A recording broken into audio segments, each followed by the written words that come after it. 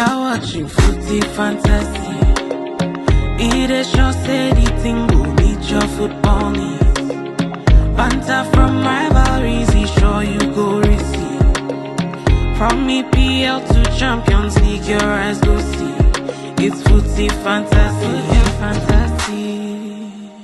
Which player has surprised you so far this season? I mean, it could be two, it could be more than one player. Okay. Whether good or bad, you know. You talk about United only, or just in general? Just anywhere, just in general. Europe, the whole of Europe. You don't have to limit it to just United. Okay, just locally, like my local team, United. I think Mazraoui has really surprised me as far as just how complete he is. Super complete. He's coming in. I don't think he was really a starter at Bayern. I think it's Bayern he came from. And that just, I mean, it's depressing to think about it. That's the player they're like, yeah, get out. You're not going to get games here. So depth, like that team, Bayern, obviously, they pack players, like the Chelsea of Germany. And they just have depth. For that, that's a throwaway player. Man, we've had good luck with other maybe what's the German player that came in that was older? Schweinsteiger, right? Yeah. Other than him, we really had good luck. Even with Owen Hargreaves, who was kind of hurt for quite a bit, that was like injury prone. Yeah. We got have a few good seasons with it. So I think Mazraoui for the other teams, I would say I think the lad that played for West Ham. Is it West Ham? Who's the guy that scores all the late goals? John Duran. Duran. Who does he play for? Villa. We mixed those two up. Villa. He surprised me. Oh yeah. To be that kind of modern, kind of social, kind of get on the field and just give him 15 minutes and do something. It's hard to do in the Premier League to just just show up. Alvarez that left City was kind of thing where he found his way to Atletico Madrid. For Duran, I will see he'll probably have the same arc. Someone's going to think that that guy's too good not to take a gamble on. Yeah, I can see that happen. Correct. Very good. I can see that happen. Before we go to Yemi, Ola says congrats on 1K, more to come. Thanks, Ola. Yeah, you're part of the team. We keep pushing. Ola also says surprise on the Liverpool front. Gravenberch. Yeah, I agree. Correctamundo. He's been like top 3, in my opinion, central midfielder. So far, still early days. So far, he's been. Yemi, who's your surprise so far this season? So basically, I did it for my 2 teams. Manchester United, you got the name, it's Mazraoui. I had a conversation with our very close friend, Itata. Itata was the one that was banging on the Mazraoui thing. And you know him, Itata he's like me, a fan of 0% ballers. Yeah. I mean, Mazraoui immediately came, I knew that it was just a solid player. You have to say completely 0% GMO. 0% GMO, 0% GMO, brother. No, but listen, when you see him, I watched him at the Nations Cup, and then Itata was the one that was heavy on me to watch him. I watched him at the Nations Cup, and I saw a guy there was no technical flow in his game. Can't go anywhere, like left, right, wherever you put him. He had to play a left back because listen, there's this guy Hakimi that played on the right back, so he had to play, and he really did well. He did well for his country. So I mean, listen, that has been said. No, but now it's going to my second team. Baka, 2 players have actually blown me away. Okay. Their centre back, Pau Kubasi, 17-year-old. That dude reminds me of Rio Ferdinand with tech and calmness on the ball, but he has the aggression of like a Yapstam. Can't be phased. That's big praises right there. Watch him play with the aggression of a Yapstam, but a Rolls Royce as a defender. This dude is stinkingly good. To a point where at 17, they didn't have plans for him to start. Barca was looking at buying center backs until him and Martinez came and listen, Flick was like, nah, player, I don't think we need any centre back. But that's good. And then the second person is Magdison Casado, DM. Okay, yeah. Casado, DM. Now he is 2021-ish. Mark Benial was supposed to be like the DM. He was the one they called the next Busquets until he ruptured his knee ACL. So he's gone. So Mark Casado came and people were not really, really big on him. But now both guys have been called this into the Spanish national team, 17 and 21. And Cansado is bossing the Spanish league and even in Europe. My own choices actually is for good that surprised me so far is Chris Wood.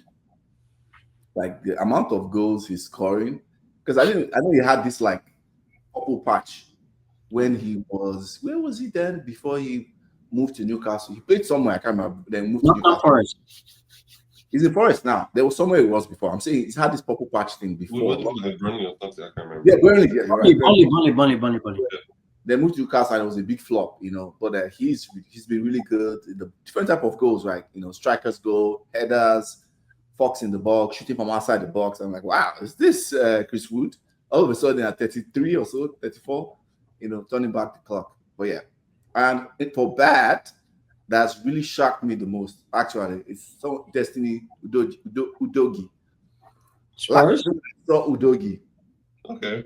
I thought like this kid is going to be like the next what's the name of that Spurs guy? Danny Rose. He was so good. He was very impressive last year. I'm like, this kid is paid for international team. This season when I watch him defensively, I'm like, what's wrong? What's going on? I wanted to do an all-time 11 United. I enjoyed doing this actually. I put up my own story. Is that 3-4-3? Okay. Yes, 3-4-3. It's a 3-4-3. All-time Man United for a 3-4-3. Let's start with Coach Yemi, the tactical. Before we go to Yemi, hold that thought. Ola said, I see all of you don't like arguing, laughing my answer. We do, but there's some people that have special passion. Ola, Hey man, there are levels to this. You have a special passion, and it's not a bad thing, by the way. It's not criticism. Don't take it as criticism. It's not. Is he a lawyer?